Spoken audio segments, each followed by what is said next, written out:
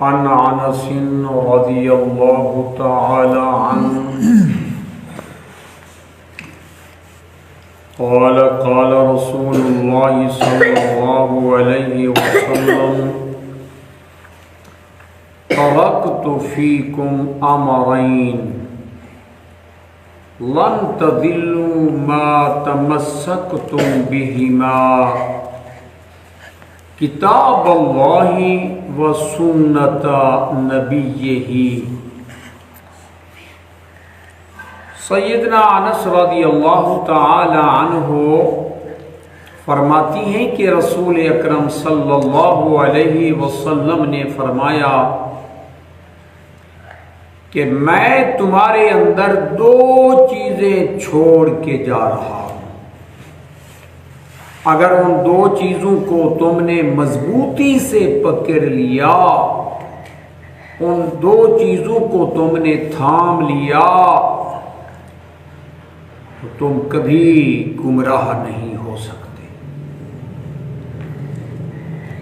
وہ دو چیزیں کون سی ہیں؟ کتاب اللہ،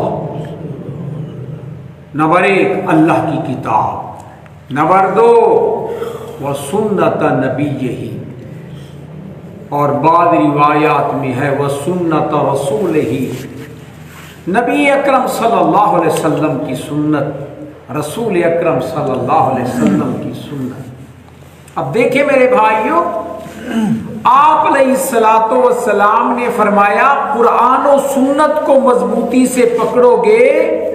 اب مضبوطی سے پکڑنے کا مطلب کیا ہے؟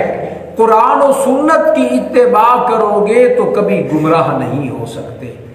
تو بات بالکل واضح ہو گئی، جو بندہ قرآن کو چھوڑتا ہے وہ بندہ گمراہ ہو جاتا ہے، اور جو بندہ رسول اکرم صلی اللہ علیہ وسلم کی سنت کو چھوڑتا ہے وہ بندہ گمراہ ہو جاتا ہے۔ اگر قرآن و سنت کو مضبوطی سے پکڑو گے تو پھر کبھی گمراہ نہیں ہو سکتے۔ اب رات جو بات میں نے کی کہ کہتی ہیں ہے تو بدعت، لیکن ہے بدعت حسنہ، اچھی بدعت ہے۔ اب دیکھیں یہ کتنی بڑی جہالت کی بات ہے بدعت اور ہے اچھی، یہ دونوں باتیں حالانکہ متضاد ہیں۔ اور چند ایسی مثالیں آپ سنیں، پہلے بھی 1-2 حدیثیں گزر چکی ہیں۔ سیدنا عبداللہ ابن عمر رضی اللہ تعالی عنہ وہ تشریف فرما ہیں، ایک شخص آیا ان کے ساتھ بیٹھا، اسے جب چھینک آئی تو اس نے کہا الحمدللہ والسلام علی رسول اللہ۔ اب دیکھیں جب چھینک آتی ہے تو سنت کیا ہے؟ کہنا چاہیے الحمدللہ۔ اب جو سنے انہیں کہنا چاہیے یرحمک اللہ۔ اب جس کو پھر چھینک آئی وہ کہے یہدیکم اللہ ویصلح بالکم، یہ ہے سنت۔ خیر جو بات میں سمجھانا چاہتا ہوں، اب جس کو چھینک آئے وہ کہے الحمدللہ، سب تعریفیں اس اللہ کے لیے، کیونکہ چھینک آنا یہ طبعاً مفید ہے۔ لیکن اس بندے نے سیدنا عبداللہ ابن عمر کی موجودگی میں کیا کہا؟ الحمدللہ والسلام علی رسول اللہ۔ تو سیدنا عبداللہ ابن عمر رضی اللہ تعالی عنہما نے فرمایا کہ میں بھی کہتا ہوں کہ اللہ کے رسول پر سلام، لیکن سن لے وَلَيْسَ هَكَذَا عَلَّمَنَا رَسُولُ اللَّهِ صلی اللہ علیہ وآلہ وسلم، لیکن ہمیں اللہ کے پیغمبر نے اس طرح تعلیم ارشاد نہیں فرمائی۔ اللہ کے نبی نے تو ہمیں تعلیم دی ہے جب چھینک آئے تم کہو الحمدللہ۔ یہ جو تم نے آگے اضافہ کیا ہے والسلام علی رسول اللہ، اس طرح اللہ کے نبی نے ہمیں تعلیم نہیں دی۔ اب ذرا سوچیں، غور و فکر کریں۔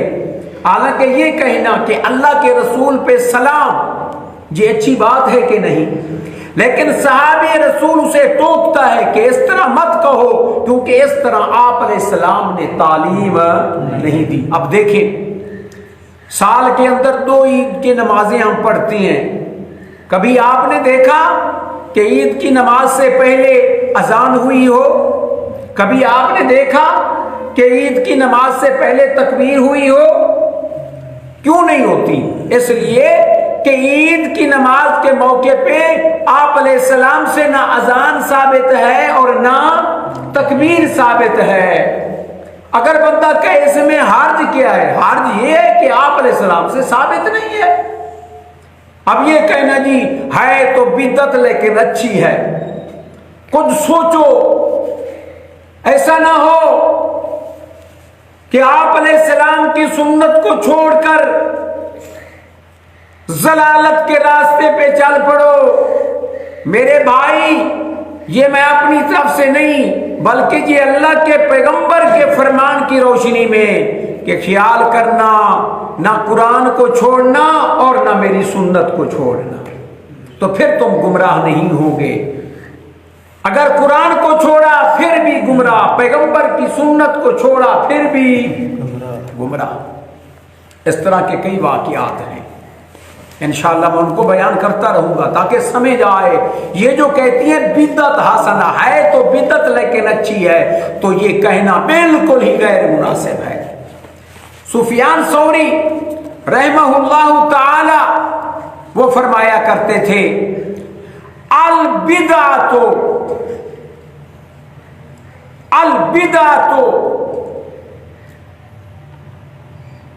یہ جو بدعت ہے، البدعۃ احب من کل المعاصی لأن المعاصی یتاب عنها ولا یتاب عن البدع.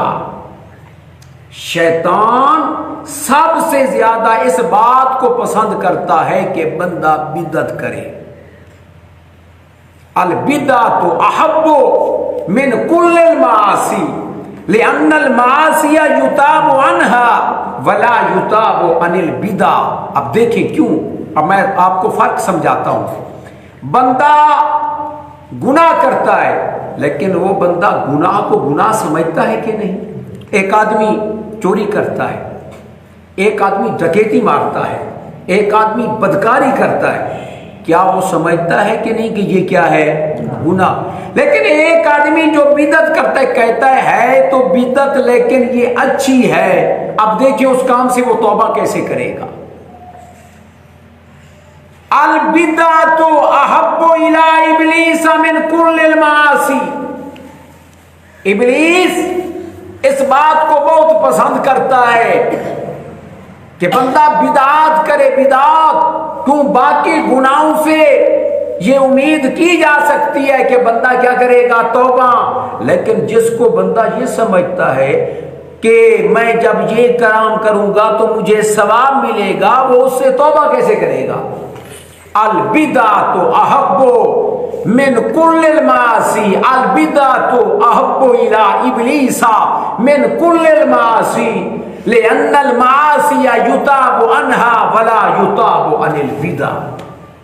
اب دیکھیں یہ ہے سلف صالحین کس طرح انہوں نے اس مسئلے کو سمجھایا. اس کے علاوہ بھی بہت سے واقعات ہیں. سیدنا عبداللہ ابن مسعود رضی اللہ تعالی عنہ فرمایا کرتے تھے اتبعوا آثارنا ولا تبتدعوا. ہمارے پیچھے چلو، ہمارے پیچھے چلو اور بدعات نہ کرو. کیوں؟ پتا تھا نا کہ جو بندہ بدعات کرتا ہے وہ گمراہ ہو جاتا ہے. تو مرشد اعظم صلی اللہ علیہ وسلم نے سچ فرمایا کہ لوگوں اگر کامیاب ہونا چاہتے ہو میں تمہارے اندر 2 چیزیں چھوڑ کے جا رہا ہوں. ایک چیز وہ اللہ کی کتاب ہے، ذالک الکتاب لا ریب فیہ ھدی للمتقین، اور دوسری چیز میں پیغمبر کی سنت ہے. اگر آپ نے ان 2 چیزوں کو مضبوطی سے پکڑا تو تم کبھی گمراہ نہیں ہو سکتے. اللہ ہم سب کو قرآن و سنت پر چلنے کی توفیق نصیب فرمائے. آخر دعوانا الحمدللہ رب العالمین.